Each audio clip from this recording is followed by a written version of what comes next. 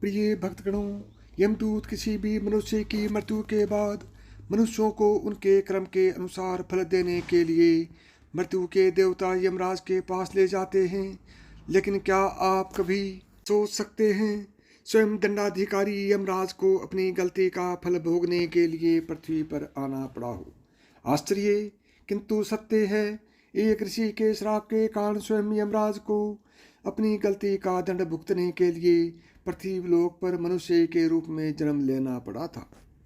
महाभारत काल में मांडव नाम के एक ऋषि को एक बार एक राजा ने भूल से चोरी की सजा में फांसी पर लटकाने की सजा सुना दी।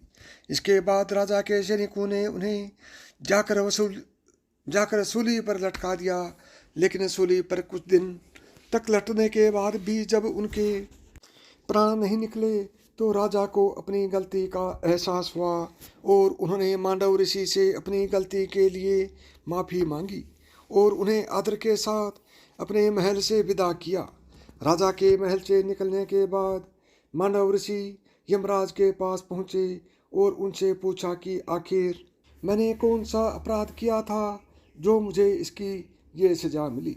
तब यमराज ने उन्हें बताया कि आप जब 12 साल के थे तो आपने एक पतंगे की पूंछ में सींग चुभो दी थी, उसी के कारण आपको इतना कष्ट भोगना पड़ा। यमराज की बातों पर मांडव को गुस्सा आ गया और उन्होंने कहा कि 12 साल के बच्चे को धर्म अधर्म का ज्ञान नहीं होता है और तुमने मुझे एक छोटे से अपराध के लिए इतनी बड़ी सजा दे दी। मांडव ऋषि ने यमराज को तुरंत श्राप देते हुए कहा कि तुमने शूद्र योनि में एक दासी के घर में जन्म लेना पड़ेगा। इसके बाद ऋषि के श्राप से यमराज को महाभारत काल में विदुर के रूप में जन्म लेना पड़ा था।